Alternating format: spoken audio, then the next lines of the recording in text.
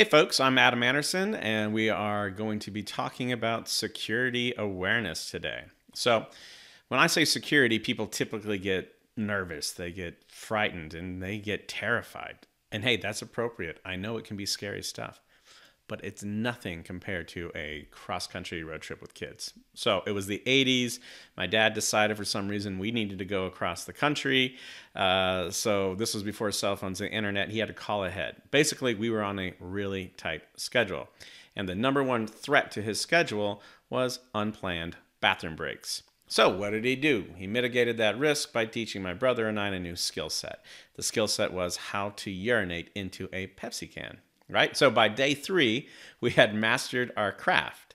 I no longer sought parental supervision to execute nature's call. On one such occasion, I reached forward and I grabbed a Pepsi can. And there was something a little bit different about this one. See, it was cold. My little 6-year-old brain didn't really understand the significance of that. So I answered nature's call and I put it back. And about 5 minutes later, my dad let loose a string of the most foul and obscene curse words I had ever heard. So potent that I use them on my kids even today. So who's at fault here? Is it the adorable 6-year-old? Sure, I did pee in my dad's Pepsi can. But he also holds a lot to blame. And I think we have a lot to learn from him. So the reason why he owns something to blame is that he had the incorrect beliefs about his own risk. He had drank from Pepsi cans while driving thousands of times before. No negative consequences. But something changed. There was a 6-year-old in the car who now had the skill to urinate. So this is a lot about cybersecurity, right? So we've done the same behaviors over and over and over again. Why should the next time be a problem? That's because the threat landscape has changed. So we can do a lot of stuff around behavioral modification, but I think we need to understand how this works. Number one, belief leads to emotion, and emotion leads to behavior, and behavior over time leads to habit. So the fact that he believed he was safe meant he executed the behavior based off of his habit of reaching down and drinking something. So I mentioned before that we could do behavioral modification, but I'm not interested in that because it typically doesn't work. You ever jumped on a diet or did some kind of behavioral modification based on willpower alone, and 3 months you're back doing what you were doing before because you never addressed the core belief that that habit was based off of. So here's some core beliefs that most of us share. I'm not important and no one is looking for me. I don't have anything anyone would want and I can't stop them even if I wanted to. Whew. Does that sound familiar? Well, let's dive into these. We're going to see if we can disprove them. I'm not important and no one is looking for it. All right. Good news to all of you folks out there with low self-esteem. You are exactly what the hackers are looking for.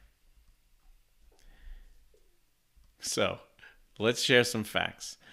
Numbers based on solid facts I've collected. You can trust me. It's fine. So 50, maybe 49% of employees in America work for small businesses. 50% of small businesses have been hacked. 75% of attacks are on small business. And the reason why is because almost 80% of these folks do risky cyber behavior, meaning they click on things they shouldn't. And of companies that have serious breaches, like not just, hey, I downloaded a little bit of malware or something like that, but a serious failure in their cybersecurity, they're out of business in about 6 months. It's terrifying, right? So what's changed? Well, we used to think hackers were this guy, right? Extra credit for anyone who noticed the Nintendo Power Glove. Turns out he's not that guy anymore. It's actually more like Al Capone. See, organized crime is in the middle of all this now, and they are very much interested in getting money. And so they've turned it into a system, into a repeatable process. Dare I say, a business, right? So here's how it used to be. An individual, highly skilled human being stands in a a river. I like to think of this as a hacker's natural habitat. The reason I like this is because it takes effort to get there. You got to know where the spot is. You got to hike in or drive in. You got to stand in the water and be uncomfortable. And you have to execute your skill set because you're a craftsman. I've tried fly fishing. It's witchcraft. It doesn't work. Not for me. So when the organized criminals got involved, what they did is they started to automate things. They started using software, and they started finding the one or two things that really, really worked and then just going to town on them. So this is what that looks like now. The mountain stream, a highly skilled individual practicing their craft. On the other two screens, you have lower skilled individuals executing somebody else's system. In the stream, you got to swim faster than the other guys and you're safe. You got to learn not to bite the hook. In the ocean, in the net, you're already there and you need to figure out how to survive. Whew. So I'm not important and no one is looking for me is turned to I'm important, and thanks to automation, they're going to find me. All right. I don't have anything anyone would want. And you know what? This used to be true because that used to mean I don't have trade secrets. I don't have intellectual property. I don't have health data. I don't have all this stuff, right? So why are they going to come after me?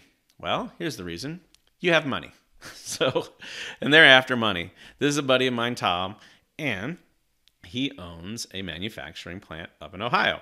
And it's beautiful. It does things. It's great. And the thing that it does is it provides this great service, but it also generates money. And that money pays its employees. It does a whole bunch of other things, but basically makes our economy run.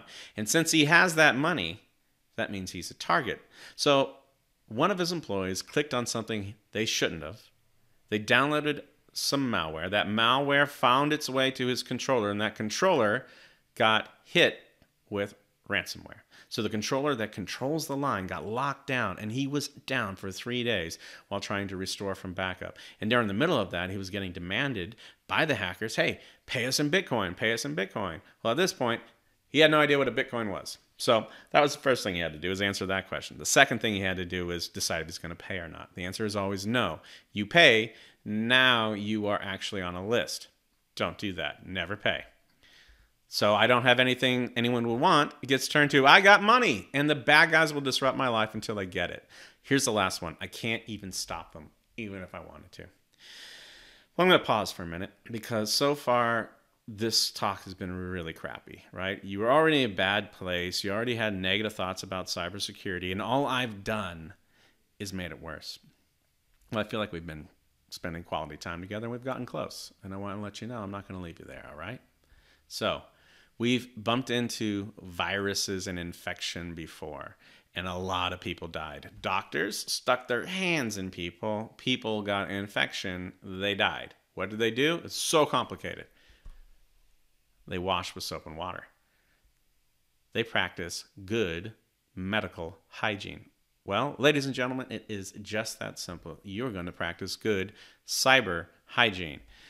The soap is backups, and I'm talking online backups. I'm talking you get the stuff off of your local machine. You don't just plug in a jump drive. You don't just throw in the stuff into Dropbox most of the time, but you have it backed up somewhere else other than your machine. So if your machine gets locked down or compromised, you have the data somewhere else.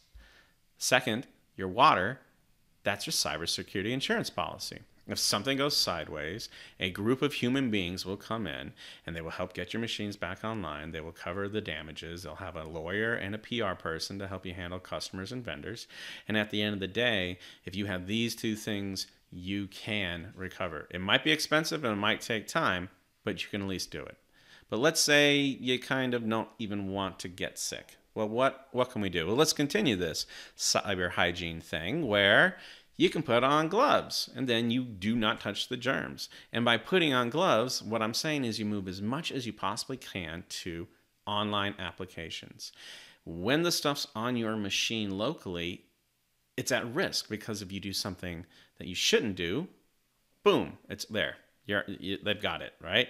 If you move it online, well, yeah, they get hacked sometimes, like Google, Microsoft, but they're still better at it than you are. And isn't it better to say, Hey, customer XYZ, I'm sorry I lost your data, but Amazon got hacked, right? Amazon got hacked. What are we going to do? Second is now that everything's online, they're going after username and password. So you want to use two-factor authentication. That means you use a username, a password, but the software, the online tool, sends a message to your phone or something like that and says, hey, Adam, are you logging on? Click yes. Boom, now you're in. You don't care if they get your username and password because you're using two-factor authentication. If you can't use two-factor authentication, then use a long, complex passphrase, such as never share your password with all capital letters for the first letter of each thing and follow it with 123 capital A. That's a fantastic password.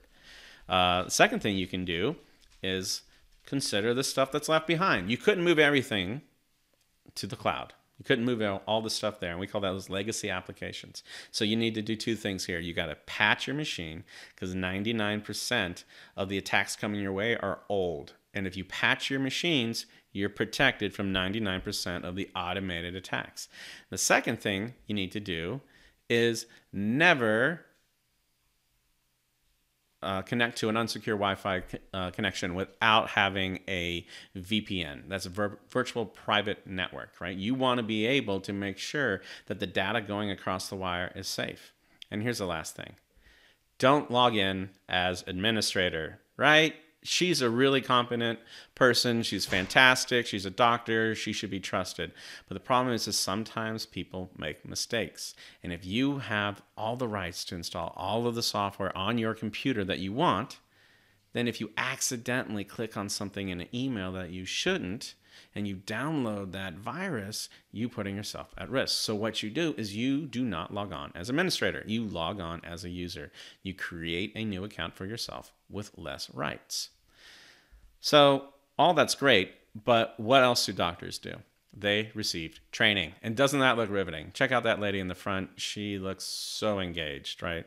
So you got to train your people. And it's good that you're here and it's good that you're watching this. But at the end of the day, that isn't effective without following up with practical application. You need to have people attacking your employees or yourself over and over when you don't know what's going to happen so that you get trained about cybersecurity awareness. When you know that every couple of weeks or maybe every couple of days, a fake cyber attack is going to hit your email and it's going to happen 20 times that year, all of a sudden you have ratcheted up your cyber awareness.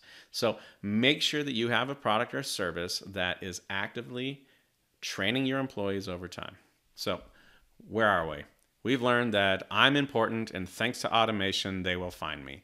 We also learned that if you have money, the bad guys are going to disrupt your life until they get it. And lastly, you can drastically reduce the risk of infection if you practice good cyber hygiene. And folks, if you do these things and you believe these things and you follow through with the training, it is my sincere hope that you will never have to experience the horrible consequences of your actions.